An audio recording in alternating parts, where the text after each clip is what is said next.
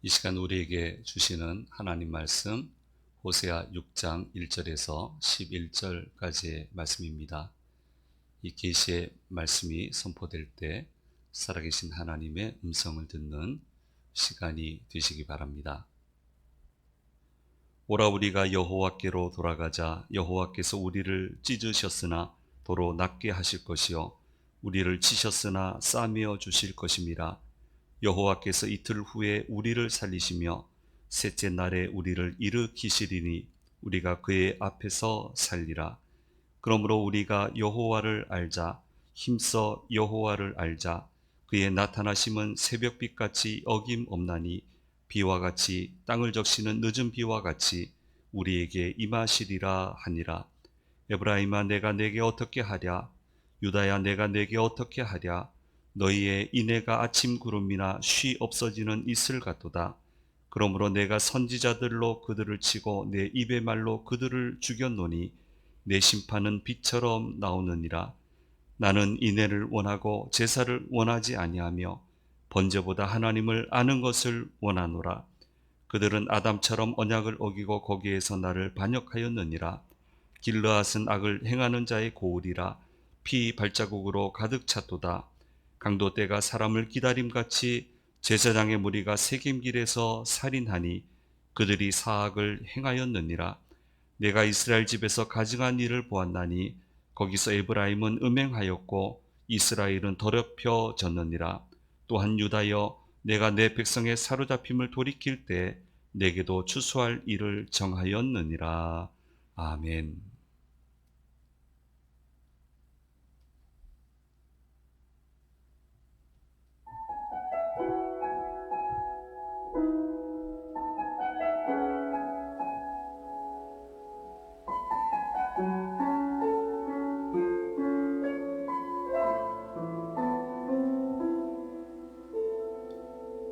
세상을 살아가는 동안에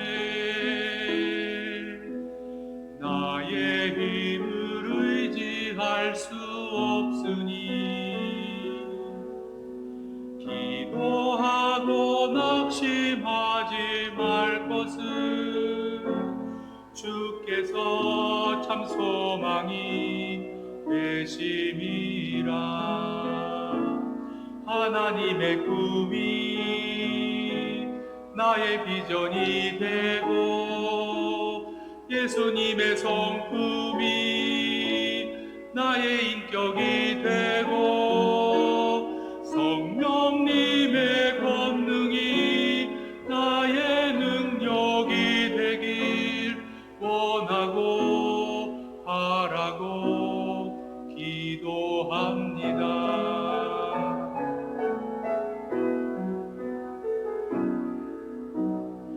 주의 길을 걸어가는 동안에 세상의 것 의지할 수 없으니 감사하고 낙심하지 말 것은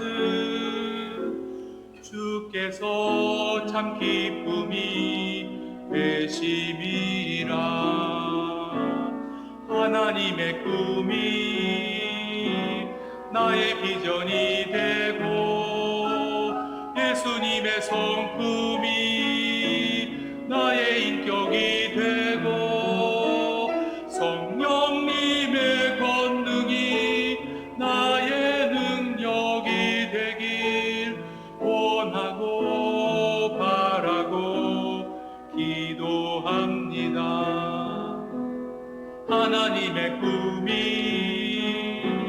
나의 비전이 되고 예수님의 성품이 나의 인격이 되고 성령님의 권능이 나의 능력이 되길 원하고 바라고 기도합니다.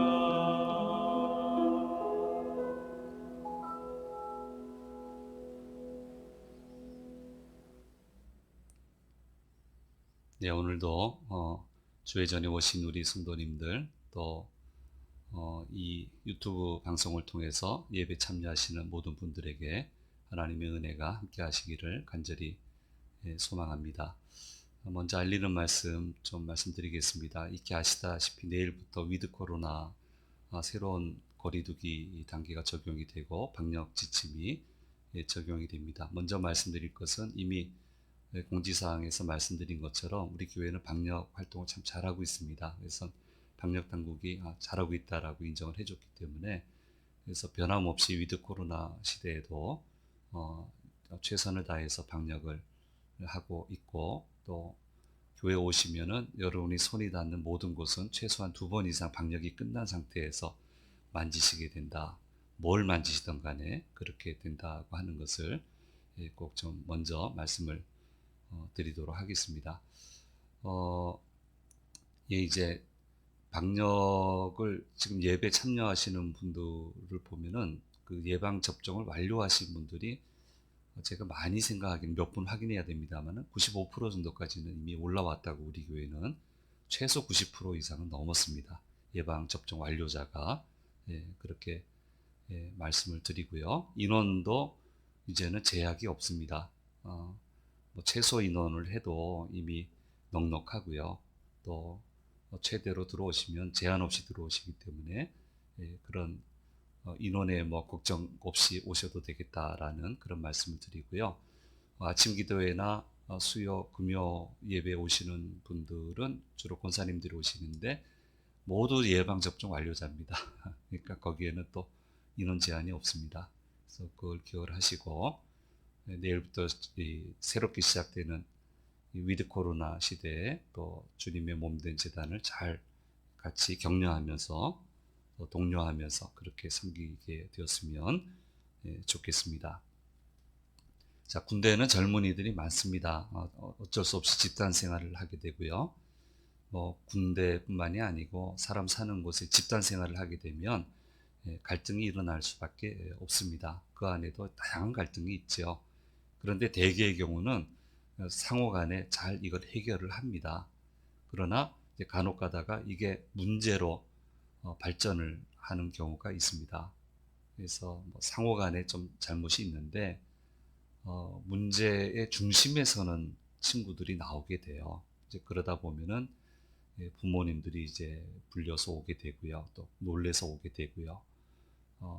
그러다 보면은 이제 여러 가지 복잡한 일들이 생기는데 많지는 않지만 이제 제 전화번호를 수소문해서 전화를 거셔서 도와달라고 하시는 경우들이 종종 있었습니다. 그러면은 최선을 다해서 다른 일은 다 제쳐놓고 도와드리기 위해서 애를 썼는데요. 제가 종종 발견하는 게 있어요. 그게 뭐냐면은 왜곡 현상이 발생하고 있다라는 그런 거를 발견하게 됩니다. 또 착시 현상, 왜곡과 착시. 그게 뭐냐면은 제가 문제 중심에 서 있는 우리 아이가 부모한테 말할 때 제대로 말을 안 해요. 자기한테 유리하게 얘기를 해요. 그러면은 내 아이가 얘기했기 때문에 그 말을 그대로 믿거든요. 그 믿은 상태에서 문제를 해결하려다 보니까 이게 진실이 아니기 때문에 해결이 안 돼요. 문제가 점점 더 어려워집니다. 그래서 간혹 그런 케이스가 있어요. 그러면은 몇 번 경험한 다음에 이거는 직접 얘기 드리는 게 좋겠다 싶어서 제일 먼저 말씀드리는 게 아이의 말을 다 믿지 마세요. 그렇게 얘기하면요 굉장히 당황해요. 그러면서 이제 설명을 합니다. 우리 그 부모님이 어릴 때 좀 예민한 상황에 처할 때 부모님한테 있는 그대로 얘기하셨냐고, 본인한테 유리하게 각색해서 얘기 드리지 않았냐고, 이 아이도 그럴 수 있다라고 하는 것을 생각을 하시고 좀 앞뒤 전후를 잘 판단하시고 이 문제를 해결하려고 하셔야 해결이 됩니다. 그렇게 많지는 않지만 말씀드려야만 되는 상황이 있었습니다.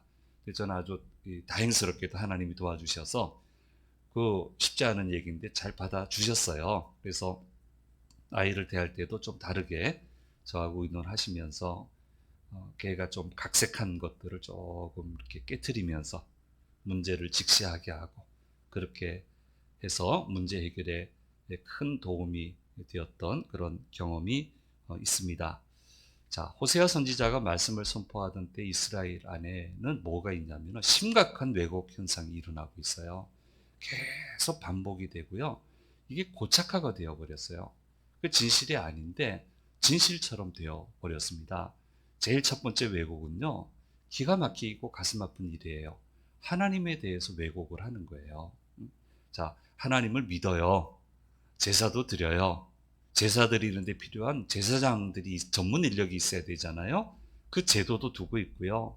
그들이 먹고 살 수 있게 해주고 있어요. 그런데 동시에 바알신도 섬겨요. 그 외에 필요한 신들도 섬겨요. 그리고 하나님의 제사장 제도를 두는 것처럼 그 신들을 섬기는 데 필요한 전문 인력도 두고 있는 거예요. 참 가슴 아픈 일이에요. 하나님은 어떤 분입니까? 이 하나님을 바알신하고 동일 레벨로 끌어내리는 거예요. 근데 하나님 어떤 분이냐 말이에요. 창세기 1장 1절 말씀은 하나님이 천지를 창조하셨다. 창조받은 분이 아니고 모든 걸 창조하신 분이다 얘기하셨고요. 이사야 44장 23절에서 24절 말씀은 얘기하십니다. 같이 읽겠습니다. 여호와께서 이 일을 행하셨으니 하늘아 노래할지어다. 땅의 깊은 곳들아 높이 부를지어다. 산들아 숲과 그 가운데 모든 나무들아 소리내어 노래할지어다. 여호와께서 야곱을 구속하셨으니 이스라엘 중에 자기의 영광을 나타내실 것이미로다. 내 구속자여 모태에서 너를 지은 나 여호와가 이같이 말하노라. 나는 만물을 지은 여호와라. 홀로 하늘을 폈으며 나와 함께 한 자 없이 땅을 펼쳤고 얘기하고 있습니다. 나는 만물을 지은 여호와라. 홀로 하늘을 폈으며 나와 함께 한 자 없이 땅을 펼쳤다. 유일하신 하나님이에요. 근데 이 하나님을 온갖 잡신 레벨로 끌어내린 거예요. 똑같이 대우를 하는 거예요. 그 하나님 못 견디시는 겁니다. 그래서 떠나시는 거예요. 그럼 오늘을 살아가는 우리는 이런 현상에서 자유로울까? 글쎄요.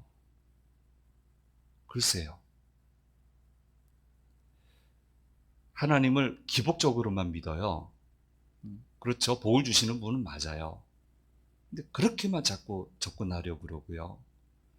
하나님의 기준에 맞춰야지 자꾸 내 기준에 맞추려고 그래요.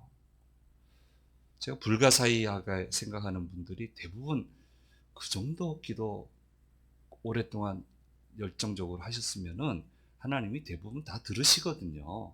근데 불가사의하게 여기는 분이 있어요. 안 들으시더라고요. 저렇게 기도 열심히 하시고 헌신하시는데 왜 저 기도를 안 들으실까?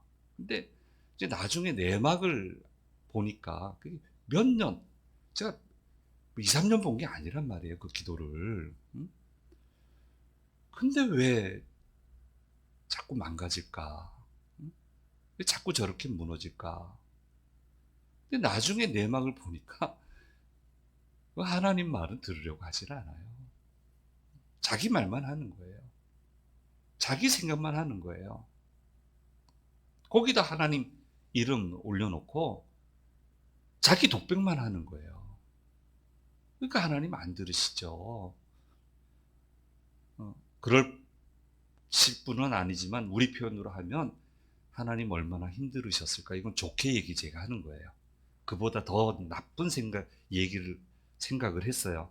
그 단어를 제가 생각하고 있어요. 근데 좋게 얘기하면은 하나님 얼마나 힘드셨을까? 하나님 믿는다고 하면서 태연하게 점수를 보러 다니고 점괘를 치고 막 이러는 거예요. 하나님을 끌어내리는 거예요. 이거 견디시겠어요? 천지를 창조하신 하나님이신데. 전국을 다니면서 잘 믿는다고 하지만 별 이런 현상과 차이 없는 경우들을 많이 봤고요. 이런 상황들을 많이 겪어봤습니다. 참 가슴 아픈 일입니다. 설교 준비하면서도 이 부분을만 읽으면 가슴이 먹먹하고 참 가슴이 아파요. 그러면서 얘기합니다. 나와 함께 해달라고. 지금 있는 이곳에 주께서 임하셔서 저를 도와주시옵소서. 역사를 베풀어 주시옵소서. 기도는 그거는 공통적으로 합니다. 그럼 그 기도는 어떤 기도냐? 잘하신 거예요. 그런 기도해야 돼요. 그러면 하나님이 그 기도를 들으시고 내 삶의 현장에 오세요. 낮고 낮은 곳에 오세요. 그런데 동일 수준에 같이 어울리려고 오시는 게 아니고 거기에서 나를 높은 곳으로 올리시기 위해서, 하나님의 세계에 올리시기 위해서 거기 오시는 거예요. 예수님이 마국간에 오시고 죄인들과 어울려 사시고 하니까 막 동일 수준에서 그냥 예수님 같이 어울려 사시는 걸 착각하는데 그거 아니에요. 오셔서 올리시기 위해서. 그래서 어떻게 합니까? 제일 먼저 시키시는 게 신분 변화 아닙니까? 하나님의 자녀다. 까먹고 있으면 그걸 자각을 시켜줘요. 네가 어떤 신분인데. 그 다음에 어떻게 합니까? 나와 함께 가자. 여기서 탈출하자. 높은 곳으로 가자. 함께 가자. 항상 주께서 오시면 그렇게 역사하신단 말이에요. 그래서 에베소 4장 14절 말씀은 분명하게 이렇게 말씀하고 있습니다. 제가 읽어드리겠습니다. 오직 사랑 안에서 참된 것을 하여 범사에 그에게까지 자랄지라. 그는 머리니 곧 그리스도라 말씀하고 있습니다. 세상적인 신분 상승 우리가 원하고요. 물질이 더 풍족했으면 좋겠다. 이건 이제 다른 차원의 문제입니다. 이게 되려면은요, 준비도 제대로 해야 되고요. 갖춰야 될 거 갖춰야 되고요. 센스도 있어야 되고요. 열정도 있어야 되고요. 여러 가지 이제 복합적으로 이루어지게 되는데요. 우리는 이제 높이 올린다 그러면 세상적인 신분 상승, 물질적인 풍요, 이게 안 이루어지면 굉장히 낙심하고 하는데 그렇지 않아요. 때에 따라서는 가야 되는 길이 이것과 전혀 먼 길도 있어요. 그래도 주님은 실패했다고 하지 않습니다. 그러니까 그분들이 사람인데 볼 수밖에 없잖아요. 신분 상승, 예수 잘 믿고 신분 상승된 분 얼마나 많아요. 물질 많아진 분이 얼마나 많습니까? 근데 그런 분 보면 이건 내가 잘못 믿었나 싶은데 그게 아니라는 거죠. 그게 아니다. 좌절하는 그 순간에 이것은 그런 대로 가는 길이 아니고 내가 내게 준 소명을 다한 걸로 너는 성공한 거다. 높이 올려주신단 말이에요. 그렇게 높이 올려주신단 말이에요. 그렇게 하기 위해서 주께서 임하신단 말이에요. 그런데 주께서 낮은 곳에 임하신다 하니까 그냥 내려버리면 안 된단 말이에요. 이스라엘의 왜곡 현상이 바로 여기 있는 거예요. 착시 현상이에요. 한두 번 말씀드린 것 같습니다만은 젊은이들 선교하는 그 장소가 있었습니다. 그 일에 온 힘을 기울이느라고 오해를 참 많이 받았습니다. 착한 분인데 오해 받을 수밖에 없습니다. 이게 오해를 참 많이 받았고요.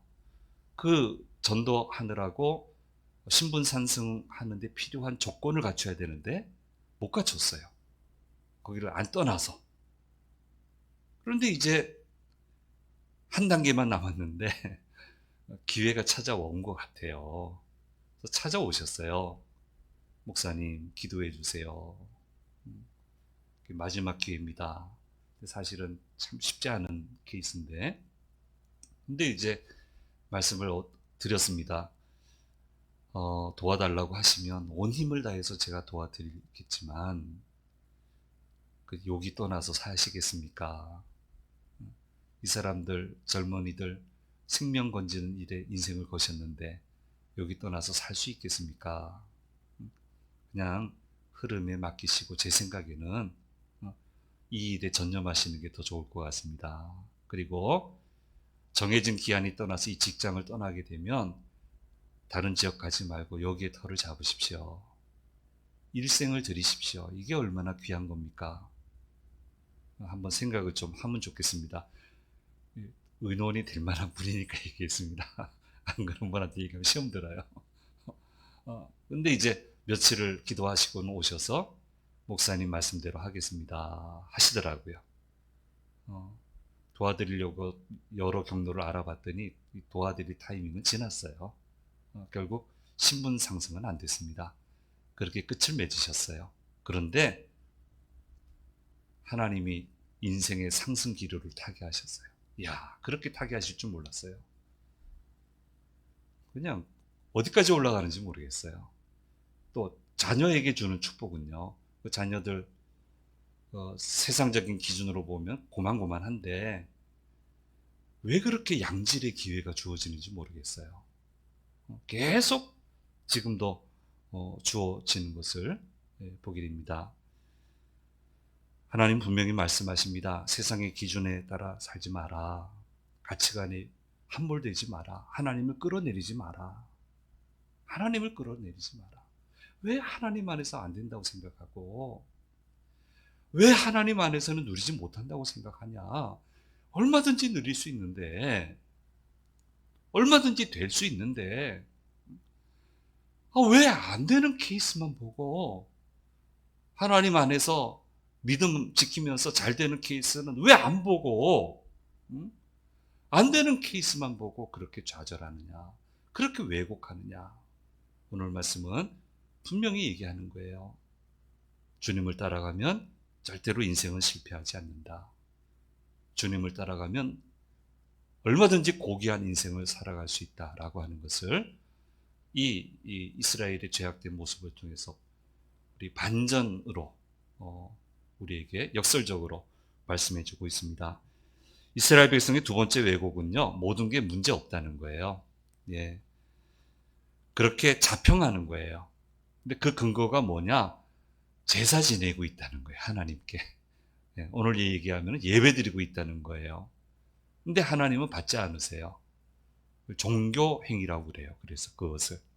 그래서 어떤 목사님은 이 부분을 아주 재밌게 해석을 했습니다. 과감하게 해석을 했는데, 하나님이 받으시면 제사인데, 예배인데, 이 당시 이스라엘 백성들은 하나님과 콘택이 안 되니까 뇌물을 드린 거다. 아주 재밌게 해석을 하셨어요. 그러니까 말을 들어보니까 말이 맞아요. 그거 안 통하거든요, 하나님한테 뇌물은. 그런 거 안 통해요. 종교 행위가 뭡니까? 그거는요, 예, 하나님이 받든 안 받든 상관없습니다.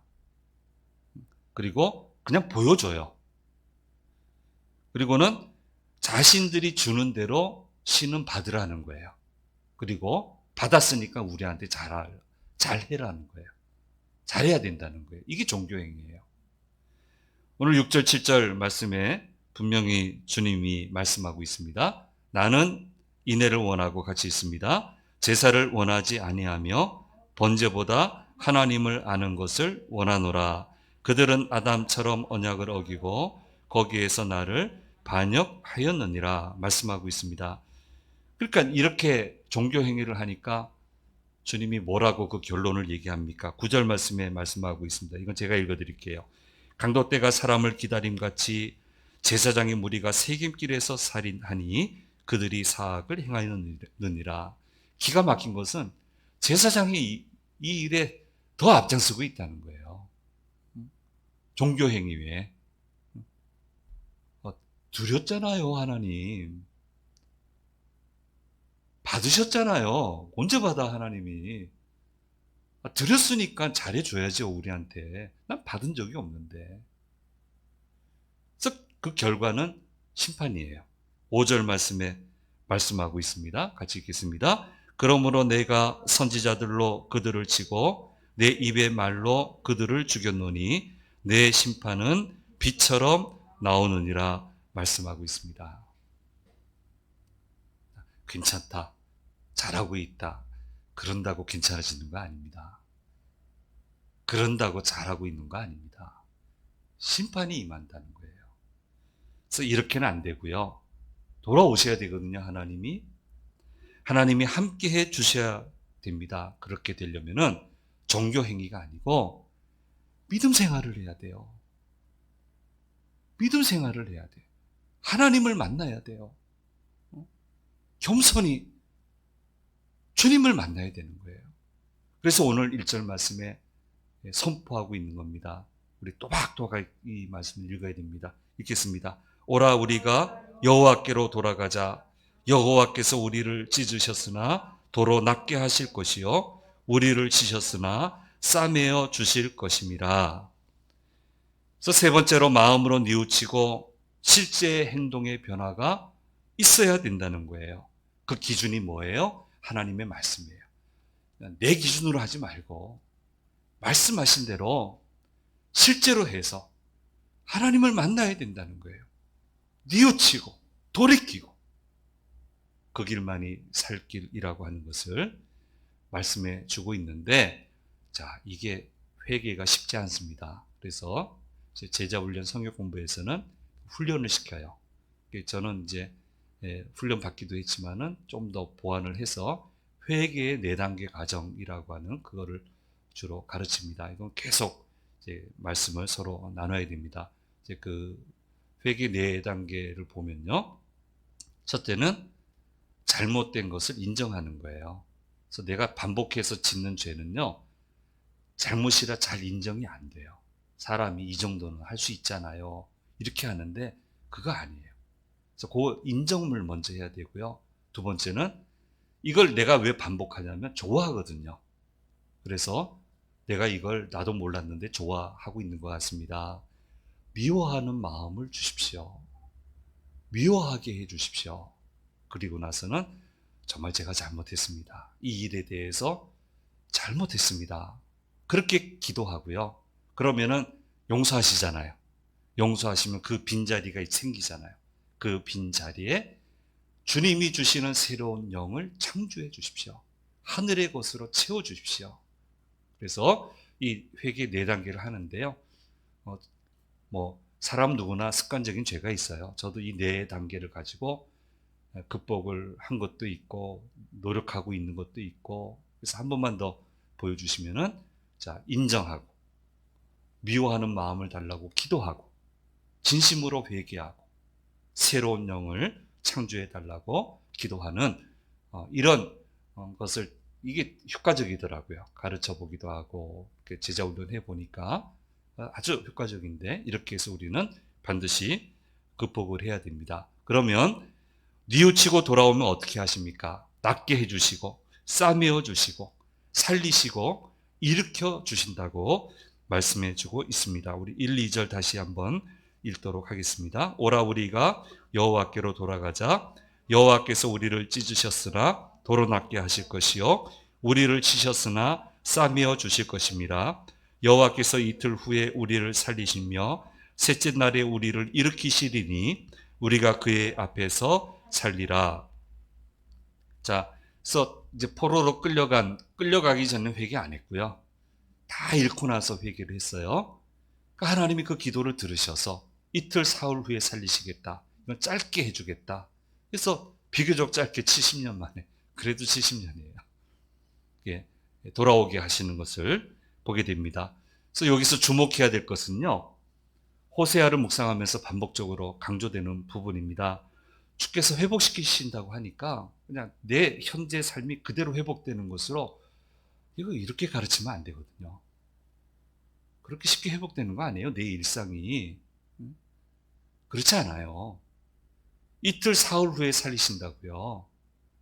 그러니까 끌려간 원세대는 못 돌아와요. 원래 생활을 못 찾아요. 찾는 건 다음 세대 몫인데, 다음 세대들이 얼마나 어렵게 시작한 줄 아세요? 자꾸 용서하신다, 돌이키면 된다 하는데 그때 잃어버리는 걸 자꾸 얘기를 안 해요. 그러니까 무서워해야 돼요. 예배가 살아야 되고 만남이 살아야 되고 회개가 일상이 돼야 되고 하나님과 제대로 관계를 계속 맺고 있어야 된단 말이에요. 자, 죄악을 일으키는데 주님이 그럴 때마다 하시는 게 있어요. 새로운 시대를 준비하세요. 새로운 사람을 일으키세요. 그러면 새로운 사람은 젊은 사람들입니까? 그렇지 않아요. 하나님과 함께 늘 깨어서 준비하는 사람을 새로운 사람이라 얘기해요. 그런 사람을 준비시키셔서 세우셔서 새로운 시대를 열어갑니다. 기준에서 떨어진 사람은 그걸로 끝나고요. 회개하면 용서하시고 은혜를 주시지만 그렇게 끝나는 거고요. 잘 따라서 준비된 사람은 새 시대에 쓰시는 거예요. 나이하고 상관없습니다. 다니엘을 보십시오. 그의 인생 가운데 세 번의 큰 무대가 열립니다. 스테이지가 열리는데요. 자, 포로로 끌려가서 느부갓네살 때 총리가 되죠. 그리고 그가 돌아가시고 나니까 이제 찬밥이 됩니다. 근데 그의 뒤를 이은 벨사살 왕이 마지막 날에 어떤 일을 당해가지고 다니엘이 나와서 그때 또 총리가 돼요. 두 번째 스테이지가 열려요.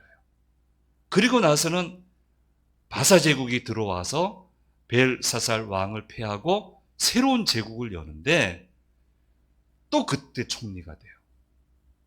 그리고는 굉장히 어마어마한 일들을 해내게 됩니다.